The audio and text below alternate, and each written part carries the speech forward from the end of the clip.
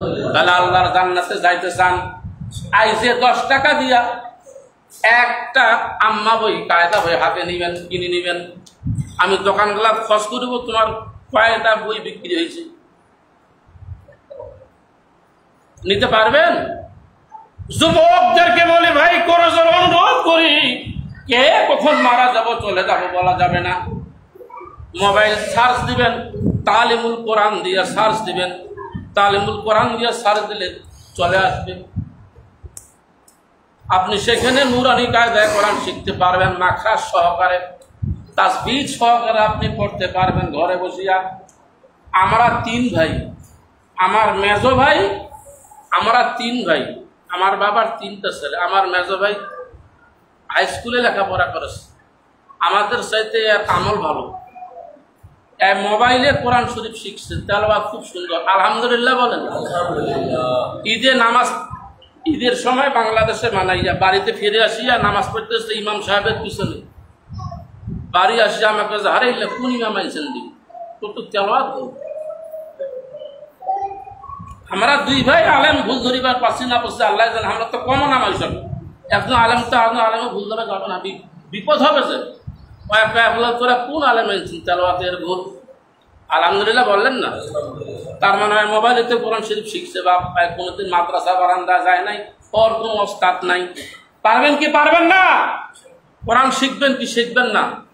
আমরা সরকার ভাইয়ের জন্য দোয়া করি, আল্লাহ যেন তার জীবনের একটি আমলের জন্যই, ভালো আমলকে কেন্দ্র করে সমস্ত গুনাহ খাতা মাফ করে দিয়ে তাকে যেন জান্নাত নসিব করে আমরা সকলে বলে আমিন। আল্লাহ আমরা যারা অসুস্থ অবস্থা আছে আল্লাহ আমাদের সকলকে সুস্থ দান করো, আমরা সকলে বলে আমিন। আমি যখন দেশের বাইরে ছিলাম একটা দোয়া খুব বেশি বেশি করে পড়তাম, প্রতিদিন এই বান্দা প্রতিদিন প্রোগ্রাম করতাম। আমি মাদ্রাসা চালাতাম সেইখানে বাঙালিদেরকে নিয়ে। হ্যাঁ, আমি মিশরে বসেছিলাম না, ইসলামের কাজে ছিলাম। প্রত্যেকদিন অনুষ্ঠান করে, সভ্যতার অনুষ্ঠান মাসে 3টা হয়তো, প্রত্যেকটা প্রোগ্রামের প্রধান ছিলাম আমি। সবচাইতে বেশি বেশি করে এই দোয়াটা করি যে আল্লাহ বিদেশের জমিনে আল্লাহ তুমি কাউকে মরণ দিও না। কারণ এইটা আপনারা কোনোদিন চিন্তা করছেন? কথা বলেন, চিন্তা করছেন কি? আমি করছি, আমি এখানে ছিলাম। যারা মাঠে থাকে তারা বুঝতে পারে বলের অবস্থা কি, ঠিক কিনা? বিদেশের জমিনে যখন মরণ হয় এর চাইতে আর কষ্ট হয় না। এই লাশটাকে নিয়ে আসাতে কত কষ্ট, অনেক লাশ এখানে পড়ে থাকে, অনেক কোম্পানি মূল্যায়ন করে না, বাংলাদেশি ওইখানেই কবর হয়। আরে পাঠাইছে তো টাকা পয়সার জন্য, ইনকাম করবে। এই ছেলেটা আপনার বিদেশে মারা গেছে, তার বাবা মা লাশটাও যদি দেখা না পায় অন্তরের মধ্যে একটা কষ্ট কিনা।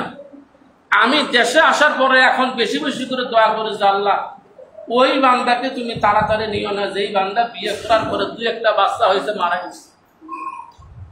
আপনারা কি মনে করেন? আমি এটা খুবই দোয়া করি, তাহাজ্জুদের ওয়াক্তে দোয়া করি যে আল্লাহ তাকে তুমি দীর্ঘজীবী করিও। কারণ তার 2-1টা বাচ্চা আছে, এই পুরুষটা যদি মারা যায় এখন বাচ্চা 2টার কেলেঙ্কার কম হবে? আল্লাহ তো বড় করবে, আল্লাহ তো রেজেকের মালিক, ঠিক আছে, কিন্তু কষ্ট কত হবে বাবা বলে। বাবা বাচ্চাটাকে প্রত্যেকদিন সকাল বিকাল 10টা-20টা করে টাকা দেয়, খাদ্য নিয়ে যায়, কত আদর করে, তো কত কষ্ট করে বাচ্চাটাকে লালিত পালিত করে। বাবা মারা গেল,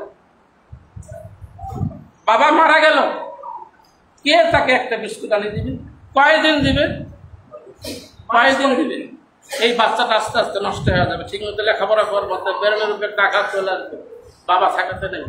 যদি বাচ্চাটা একটু বড় হয়, লেখাপড়া করে শিখে উপযুক্ত হয়, তারপরে বাবা মারা গেলে কোনো আপত্তি হয়? কিন্তু সবটা তো আল্লাহর ইচ্ছা, আল্লাহর ইচ্ছে কিনা।